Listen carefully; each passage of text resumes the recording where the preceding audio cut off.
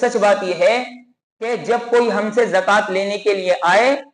تو ہم اللہ کا شکر ادا کیا کریں اور یہ سوچا کریں کہ اللہ آپ کا یہ احسان ہے کہ آپ نے دینے والا بنایا، لینے والا نہیں بنایا، ورنہ جو اللہ دینے والا بنانے پر قادر ہے وہ لمحوں کے اندر پانچا پلٹنے پر بھی قادر ہے۔ ایسا بہت ممکن ہے کہ وہ جو لینے والا ہے وہ آپ کی جگہ کھڑا ہو اور آپ اس کی جگہ کھڑے ہو۔ اللہ رب العزت نے مسلمانوں پر زکوٰۃ فرض کی ہے۔ حضور صلی اللہ علیہ وسلم نے جب حضرت معاذ رضی اللہ تعالیٰ عنہ کو دعوت دینے کے لیے اور لوگوں کو اسلام کی طرف بلانے کے لیے یمن روانہ فرمایا تو آپ نے فرمایا کہ ان سے زکوٰۃ لے کر، مالداروں سے زکوٰۃ لے کر غریبوں میں تقسیم کرنا، فقیروں میں تقسیم کرنا، یہ اسلام کا بہت بڑا رکن ہے۔ اور زکوٰۃ کا فلسفہ اس شخص کے سمجھ میں فوراً آ جائے گا جس کی مینٹلٹی اور جس کی سوچ یہ ہو کہ یہ جو اللہ رب العزت نے مجھے دیا ہے یہ سب کچھ اللہ کا دیا ہوا ہے، اس میں میرا کوئی دخل نہیں ہے۔ اور جس کے ذہن میں یہ بات نہیں آئی، دل کی گہرائیوں میں ابھی یہ بات نہیں اتری ہے، اور جو شخص زکوٰۃ نہیں دے رہا ہے، حقیقی بات یہ ہے، سچ بات یہ ہے کہ وہ زبان سے کتنا بھی کہتا رہے، سچ اور حق بات یہ ہے کہ اس کے دل میں یہ بات ابھی نہیں اتری کہ جو کچھ ہے میرے پاس وہ اللہ کا دیا ہوا ہے۔ میں نے جو آیت پڑھی اس کے اندر اللہ رب العزت نے ذکر کیا ہے قارون کے ایک جملے کا کہ قارون کے پاس بہت دولت تھی، اتنی دولت تھی کہ قرآن خود کہتا ہے کہ اس کے خزانوں کی چابیوں کو اونٹوں کی ایک جماعت نہیں اٹھا پاتی تھی، مشکل سے اٹھا پاتی تھی۔ تو جس کے خزانوں کی چابیاں اس قدر ہوں، اس کے خزانے کتنے عظیم ہوں گے، کتنے بڑے ہوں گے۔ اس سے اس کی قوم کے اچھے لوگوں نے یہ بات کہی کہ جس طرح اللہ نے تیرے اوپر احسان کیا ہے تو لوگوں کے ساتھ احسان کر، اور اس سلسلے میں آخرت کے بارے میں غافل مت ہو، مال سے متاثر ہو کر، مال کی غفلت میں پڑھ کر اپنی آخرت کو نہ بھول۔ تو اس نے سیدھا سا جواب دیا، قال انما اوتیتہ علی علم عندی، کہ کیسی زکوٰۃ، کیسا صدقہ، کیسی خیرات، کیسا دوسروں کو میں یہ مال دے دوں، یہ تو میری اپنی صلاحیت اور میری اپنے ٹیلنٹ کی بنیاد پر مجھے سارا دیا گیا ہے۔ انما اوتیتہ علی علم عندی۔ اللہ رب العزت کہتا ہے کہ یہ مال کے نشے میں اتنا جو چور ہو رہا ہے اور مال کے نشے میں مست ہے، کیا اسے یہ پتہ نہیں ہے کہ ہم نے اس سے پہلے اس سے زیادہ طاقتوروں کو ختم کر دیا ہے، ہلاک کر دیا؟ اس کی تو حیثیت کیا ہے؟ یہ ہے کس کھیت کی مولی؟ اللہ تعالیٰ قارون سے یہ بات کہہ رہے ہیں جو خزانوں کی چابیوں کا مالک تھا، خزانوں کا مالک نہیں، خزانوں کی چابیاں اتنی بہت ساری، اس کے بارے میں اللہ رب العزت یہ بات کہہ رہا ہے۔ تو ہم اپنا اندازہ کر لیں کہ دنیاوی اعتبار سے جس کی اتنی بڑی حیثیت ہے، قارون جو اپنی قوم کا سب سے زیادہ سرمایہ دار اور مالدار ہے، اس کو اللہ رب العزت اس انداز میں گفتگو کر رہا ہے کہ اسے یہ پتا ہونا چاہیے کہ اس سے پہلے بڑے بڑے خرم خاں ہم نمٹا چکے ہیں، یہ ہے کیا؟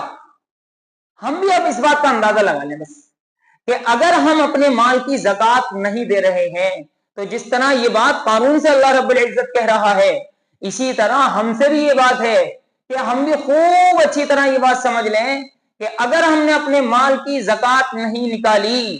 تو جو انجام قارون کا ہوا، انجام وہی ہمارا بھی ہوگا، وہی انجام ہمارا ہوگا۔ میں خزانوں کے اللہ رب العزت نے زمین کے اندر دھسا دیا، بس وہ دھستا ہوا لوگوں کو نظر بھی آیا۔ ہمارا مسئلہ یہ ہوگا کہ ہمیں ہو سکتا ہے نیچرل موت آئے اور پھر ہمیں قبر کے حوالے کر دیا جائے، وہاں جو ہماری پٹائی ہوگی وہ دھسانا اور وہ پٹائی وہ برابر درجے کی بات ہے۔ ہو سکتا ہے لوگوں کو ظاہری طور پر دھستا ہوئے ہم نظر نہ آئیں، یہ ہو سکتا ہے، اور اس سے ہم غفلت میں نہ پڑیں۔ اس لیے اپنے مال کی زکوٰۃ نکالنا یہ ہر مسلمان پر فرض ہے، 2.5%، کوئی بہت زیادہ نہیں ہے۔ 100 روپے میں سے 2.5 روپیہ نکالنا کیا اہمیت رکھتا ہے؟ یعنی اگر صحیح معنی میں اس کو دیکھا جائے تو آدمی 2.5 روپیوں کو تو کوئی حیثیت بھی نہیں دیتا 100 روپے کے مقابلے میں، لیکن اللہ رب العزت 2.5% کی بات کر رہا ہے۔ اور خوب اچھی طرح یاد رکھیں کہ سورہ یاسین شریف کی آیتیں ہیں کہ جب اللہ رب العزت کہتا ہے کہ جب ان کافروں سے یہ بات کہی جاتی ہے کہ اللہ رب العزت نے جو تمہیں مال دیا ہے وہ مال اللہ کی راہ میں خرچ کرو، تو وہ ایک عجیب سا فلسفہ لے کر کے آتے تھے کہ ہم اس کو کیوں کھلائیں، اس کو کیوں ہم پیسے دیں، اس کی روزی روٹی کا ہم کیوں انتظام کریں جس کی روزی روٹی کا اللہ ہی نے انتظام نہیں کیا۔ یہ دلیل دیتے تھے وہ کہ بھئی اگر دینا ہی ہے تو اللہ رب العزت کائنات کا مالک ہے، تمام خزانے اس کے پاس ہیں، تو وہ اپنے خزانے سے خود ہی دے دے۔ یعنی یہ کہتے تھے کہ اللہ رب العزت بھی یہی چاہ رہا ہے کہ یہ غریب بھوکے ہی بنے، اللہ بھی یہی چاہ رہا ہے انطعم من لو یشاء اللہ اطعمہ، کہ ہم اس کو کیوں کھلائیں کہ جس کو اللہ رب العزت چاہتا تو کھلا دیتا، ہمیں کیا ضرورت پڑی ہے۔ حالانکہ سیدھی بات یہ ہے کہ انہوں نے اس کا فلسفہ نہیں سمجھا۔ اللہ رب العزت نے دنیا کو دار الامتحان بنایا ہے، مالداروں کو مال دیا ہی اس لیے ہے کہ اللہ رب العزت آزمائے گا کہ جہاں میں کہوں گا وہاں خرچ کریں گے یا نہیں، میرے کہنے سے غریب کو اپنی گاڑی کمائی دیں گے یا نہیں دیں گے، یہی آزمائش ہے۔ ورنہ یہ تو طے شدہ بات ہے کہ اللہ رب العزت جو کائنات کی تمام مخلوقات کو کھلا رہا ہے، اور وہاں ایسا کوئی بھی سسٹم نہیں ہے کہ ایک مخلوق دوسری مخلوق کو کھلائے گی، اور سب کا اللہ رب العزت انتظام کر رہا ہے، کسی کی کوئی فیکٹری نہیں ہے، کسی کا کوئی کاروبار نہیں ہے۔ تو انسان جو بیچارہ غریب ہے، جو تھوڑا سا کیا نا اس کے پاس مال نہیں ہے، تو جو کائنات کے ہزاروں مخلوقات ہیں ان کو کھلا رہا ہے کہ 2 روٹی کھانے والا انسان اس کا پیٹ نہیں بھر سکتا، اللہ تعالیٰ بالکل بھر سکتا ہے، کوئی مسئلہ نہیں۔ ظاہری طور پر ان کا جو اعتراض تھا یہ تو اپنا دامن بچانے کے لیے تھا، ورنہ ظاہری طور پر یہ بات سمجھ میں آتی ہے کہ اللہ رب العزت ان کا بھی پیٹ بھر سکتا ہے، بھرنے پر قادر ہے،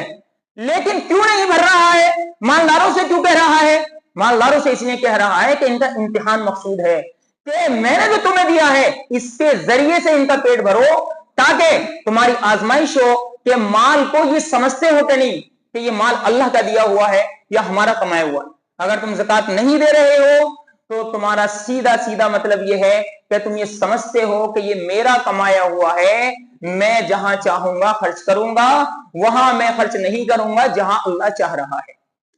اور اس زمانے میں تو عجیب بات یہ ہے، ایک بات عجیب دیکھنے میں یہ آ رہی ہے کہ مالداروں کا حال یہ ہے کہ جب کہیں خرافاتی چیزوں میں خرچ کرنے کا مسئلہ آتا ہے تو یہ کروڑوں سے ان کے یہاں بات شروع ہوتی ہے۔ اب لاکھوں کا مسئلہ بھی ختم ہے، کروڑوں سے ابتدا ہوتی ہے،